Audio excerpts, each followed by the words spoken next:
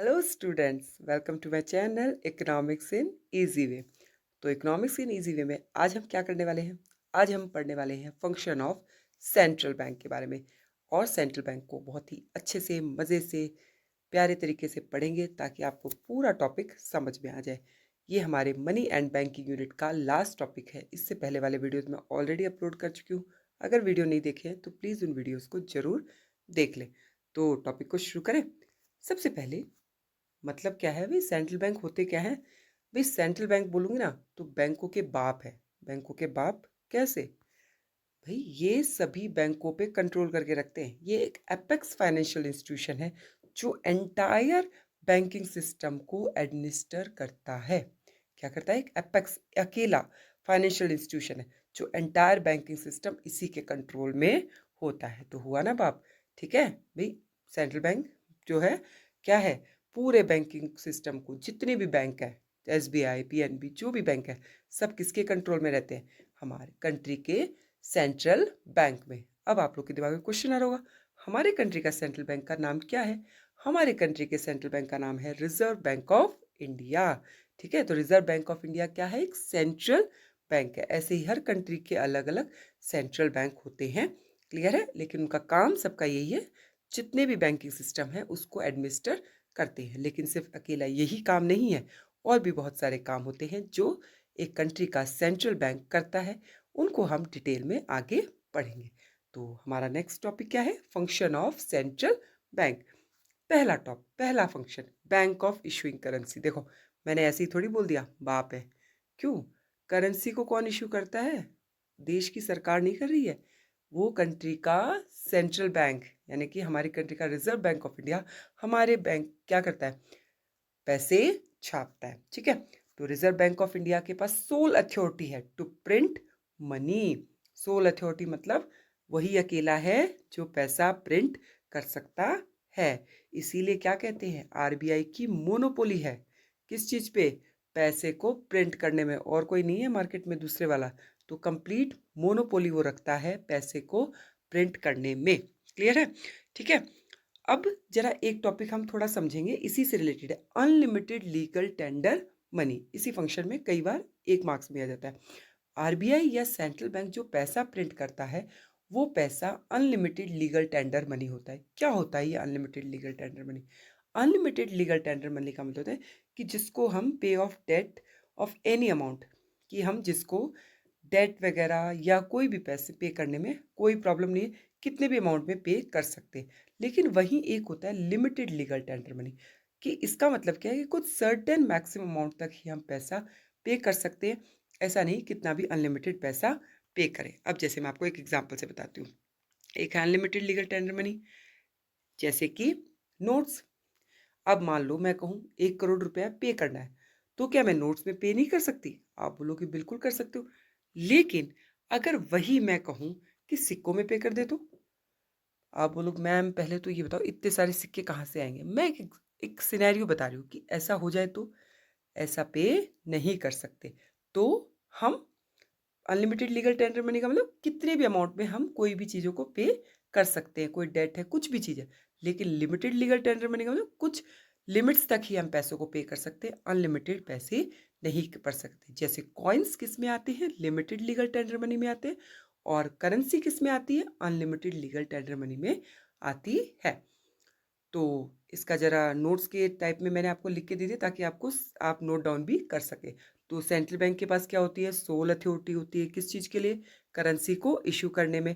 सिर्फ 1 rupee note और coin को छोड़ के बाकी सब करेंसी कौन हम इशू करता है? सेंट्रल बैंक इशू करता है, लाइक आरबीआई इशू करता है। ये पूरा इंश्योर करता है कि कंट्री में सप्लाई ऑफ करेंसी बनी रहे। क्लियर है? चलिए second function, banker to the government. ये गवर्नमेंट का बैंकर होता है। ठीक है, बैंकर टू दी गवर्नमेंट कैसे? जो भी गवर्नमेंट का अकाउंट है वो किसके पास होगा? आरबीआई के पास। जैसे हमारा आपका जो भी अकाउंट है किसके पास होते हैं? कमर्शियल बैंक के पास। और कमर्शियल बैंक जैसे हमारे लिए काम करता है, वैसे ही आरबीआई काम करता है गवर्नमेंट के लिए। क्लियर है? आरबीआई काम करता है गवर्नमेंट के लिए। अच्छा, इसको ऐसे मत समझ लेना कि मान लो मोदी जी का बैंक अकाउंट आरबीआई में है। नहीं, ऐसा नहीं है। मोदी जी का बैंक अकाउंट तो किस में होगा? कमर्शियल बैंक में। मैं कर रही हूँ हमारे कंट्री, हमारे इंडिया का जो बैंक अकाउंट वो कहाँ पे है, हमारे आरबीआई के पास में। तो बैंकर टू दी गवर्नमेंट, तो हमारी कंट्री का बैंक अकाउंट किसके पास, कहाँ पे है, आरबीआई में, रिजर्व बैंक ऑफ इंडिया में।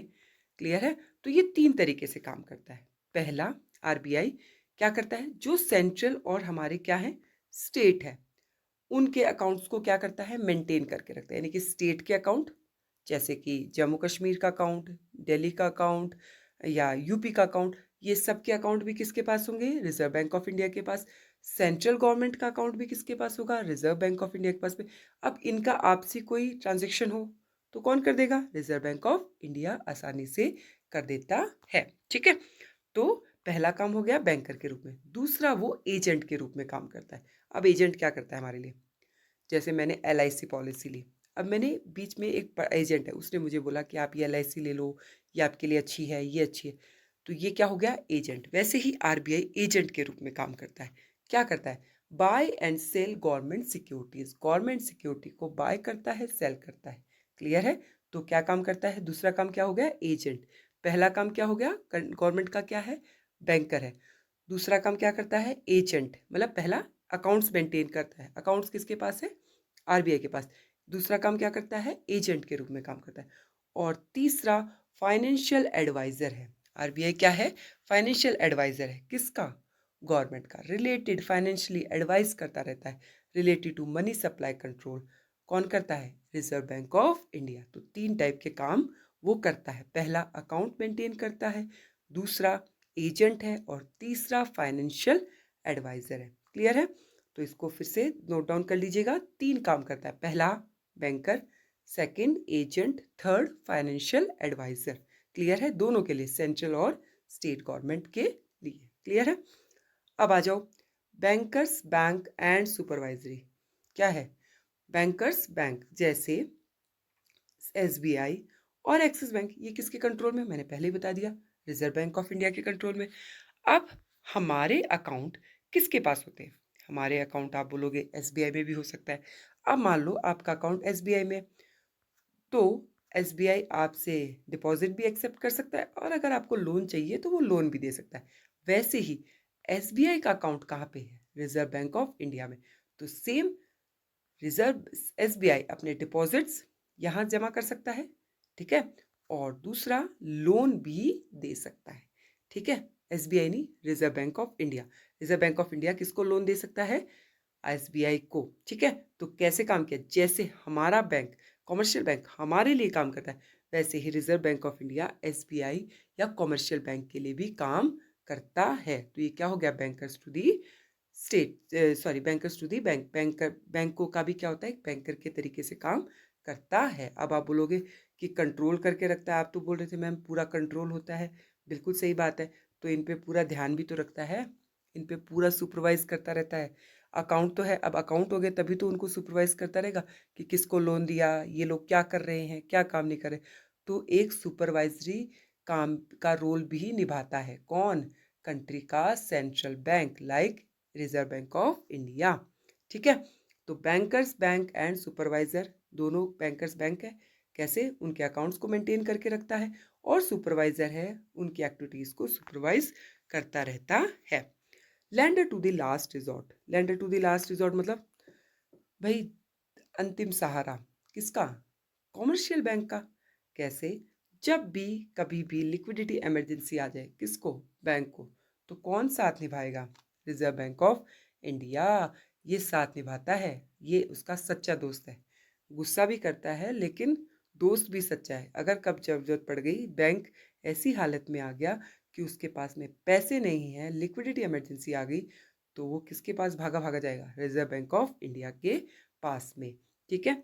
तो लैंडर ऑफ लास्ट रिजॉर्ट का, अगर कोई कमर्शियल बैंक लिक्विडिटी क्राइसिस को फेस कर रहा है, तो और उसे कहीं दूसरे बैंक से पैसा नहीं मिल रहा, मार्केट से पैसा नहीं मिल रहा, तो उस टाइम पे रिजर्व बैंक ऑफ इंडिया उसका साथ निभाता है और उसको पैसे देता है, जिसको हम कहते हैं lender of last resort. Clear है। अब कस्टडियन ऑफ फॉरेन एक्सचेंज, भाई फॉरेन एक्सचेंज कहाँ जाएगा, भाई कंट्री के सेंट्रल बैंक के पास। फॉरेन एक्सचेंज समझ रहे हो कि भाई हम कोई एक्सपोर्ट इंपोर्ट कर रहे हैं, कुछ भी चीज़ें जो आ रही है, फॉरेन करेंसी आ रही है, ये कमर्शियल बैंकों के पास नहीं रहती, ये किसके पास रहती है, आपके रिजर्व बैंक ऑफ इंडिया के पास में रहती है या किसी भी कंट्री के सेंट्रल बैंक के पास में रहती है। तो फॉरेन एक्सचेंज का कस्टोडियन, अब देखो एक्सचेंज रेट में क्या आता रहता है, अनस्टेबल होता रहता है, कभी डिमांड की वजह से, सप्लाई की वजह से अनस्टेबल होता रहता है। उसको स्टेबल करने में भी किसका हाथ है, रिजर्व बैंक ऑफ इंडिया का। जो हमने फॉरेन एक्सचेंज वाले चैप्टर में भी पढ़ा था कि रिजर्व बैंक ऑफ इंडिया, जिसको हम मैनेज्ड फ्लोटिंग सिस्टम कहते हैं, उसके थ्रू एक्सचेंज रेट को स्टेबल करके रखता है। तो कस्टोडियन ऑफ फॉरेन एक्सचेंज का कस्टोडियन किस तरीके से, पूरे फॉरेन करेंसी किसके पास होती है, रिजर्व बैंक ऑफ इंडिया के, और एक्सचेंज रेट को स्टेबल भी करके रखता है। तो यहाँ पे फॉरेन एक्सचेंज को ध्यान रख लेना, नोट डाउन कर लेना, ठीक है। कंट्रोल ऑफ मनी सप्लाई, अभी अभी पिछले वीडियोस में हमने पढ़ा है कि मनी सप्लाई को कैसे कंट्रोल करता है reserve bank of India, different different instrument का यूज़ करता है, ठीक है। जो मनी सप्लाई है वो क्या होती रहती है, कभी ऊपर जाती है, कभी नीचे जाती रहती है, ऐसा होता रहता है ना उसके साथ में। तो इसको ठीक कौन करता है, हमारा रिजर्व बैंक ऑफ इंडिया ठीक करता है, ठीक है। तो इसके लिए वो डिफरेंट इंस्ट्रूमेंट्स का यूज़ करता है, like reverse repo rate, cash reserve ratio. इसके बारे में हमने डिटेल में पढ़ा हुआ है पीछे, नहीं देखा हुआ तो प्लीज़ उस वीडियो को जरूर देख लो। तो मनी सप्लाई को कंट्रोल भी करके रखता है। ये थे हमारे रिजर्व बैंक ऑफ इंडिया या कंट्री के सेंट्रल बैंक के फंक्शंस। तो मुझे लग रहा है आपको समझ में आए होंगे। समझ में आए तो थैंक यू सो मच। और जब थैंक यू बोल रही हूँ तो प्लीज़ वीडियो को लाइक, सब्सक्राइब एंड शेयर तो कर ही दीजिएगा। Okay bye.